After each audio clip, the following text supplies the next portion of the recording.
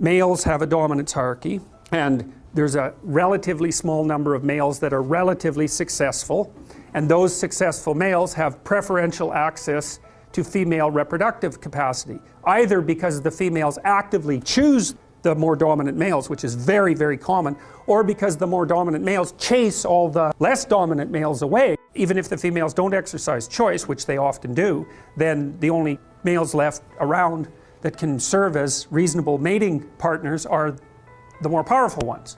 And so you think you get two really radical determiners of evolution as a consequence of that. One is that the males obviously are selected for their ability to move up dominance hierarchies, because the ones that are at the top of the dominance hierarchy reproduce preferentially. And so that means the male dominance hierarchy becomes a method of selection. But then allied with that is the female proclivity for choice on whatever dimension the dominance hierarchy happens to be arranged. And so then female sexual selection also becomes a radical, non-random selector of what genetic material is going to move into the next generation. And so I fail to see how any of that can be separated from the emergence of complex nervous systems and mind over the course of evolution, because creatures aren't making random choices. They're not random at all. Imagine a peacock's tail.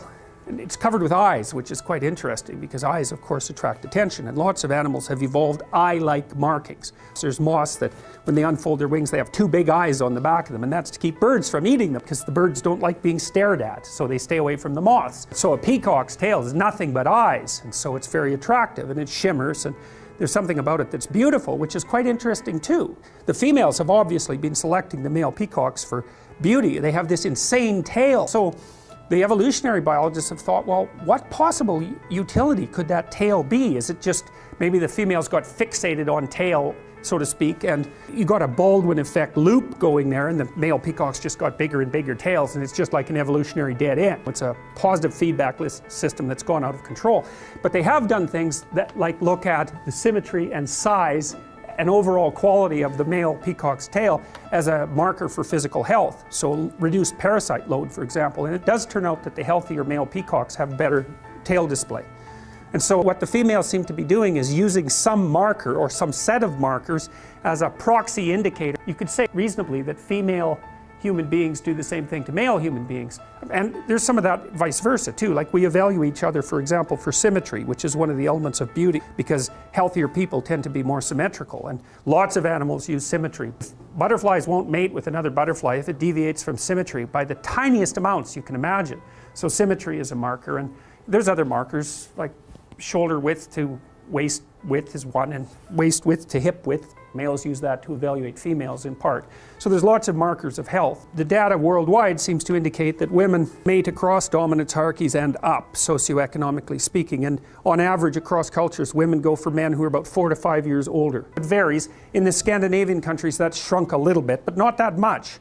And in other cultures, it's bigger. I would say that depends to some degree on difficulty of establishing economic independence, because in richer countries, it's easier to have enough economic independence if you're a male to be a useful participant in the process of having children.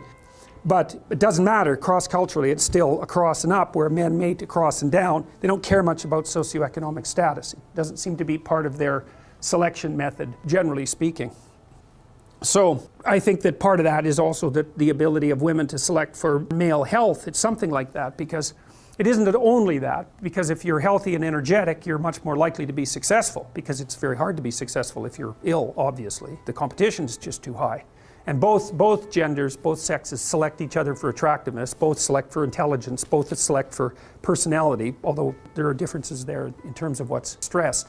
So I think you can derive a couple of things out of this, and this is where I think people are different than other animals, importantly different, is that, so you imagine that there's tremendous selection pressure towards the production, let's say, of men who are good at climbing the male dominance hierarchy. But the thing that's so interesting about people is that we've multiplied our dominance hierarchies. So if you take an animal that's got a rather static behavioral pattern, then there's a single hierarchy. Elephant seals are a good example of that. So elephant seals, the males are absolutely massive. They're way bigger than the females. And they basically have harems, roughly speaking.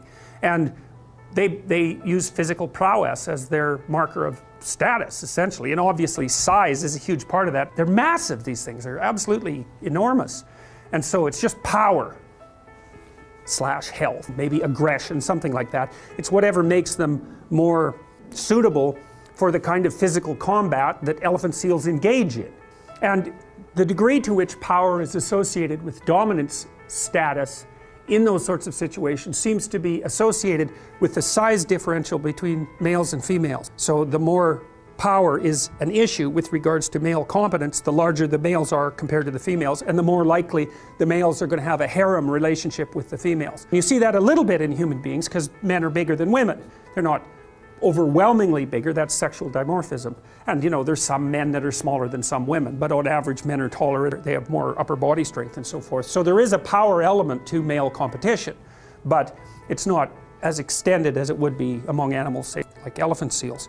So in the elephant seal, you see maybe there's one stable set of traits that's being selected for that makes the males more likely to reproduce. But human beings, we're very weird creatures because we're so conceptually flexible, and so what seems to have happened, males started selecting each other for in dominance competitions for something like cognitive flexibility and conscientiousness. It's something like that. So that would be the ability to abstractly represent the world, and then the ability to operate effectively within it, to represent yourself socially in a way, and then to carry through with that, because that enables people to trust you. So it's something like that. And so that produced cortical expansion, and then women were selecting men who were good at that, and that produced cortical expansion. And then there's an arms race between women and men with regards to intelligence, so the women kept up with intelligence as the evolutionary cycle continued. But one of the consequences of selection for cortical expansion and increased cognitive flexibility was that the number of dominance hierarchies that human beings could produce started to multiply, because there's all sorts of ways that you can be successful. Think about how many ways you can be successful in a modern culture, and you can be successful in dimensions that aren't really even associated with each other. So you can be successful socially, that's what an extrovert would do. You could be successful in terms of intimate relationships, that's what an agreeable person would do. A disagreeable person would be more successful with regards to competition. A person who's high in neuroticism would be trying to protect themselves and to establish some sort of security. An open person would be looking for a flexible, creative environment. And so there's this multiplicity of ways that you can establish a dominance hierarchy and be successful in it. And if you're creative, you can come up with your own damn dominance hierarchy, which is exactly what you're doing if you're creative, right? You spin up a game that's your game, and then you make the rules. And that's hard, because if you make a new game with new rules, it's hard to monetize it. But you can be the best at playing that game, and so that's a huge advantage to being creative if you can pull it off. So then you think, well, what's happened among human beings is the multiplication of the set of possible dominance hierarchies, so it's become very broad. And then you could say, well, what's driving selection now is the ability to be successful across multiple sets of dominance hierarchies.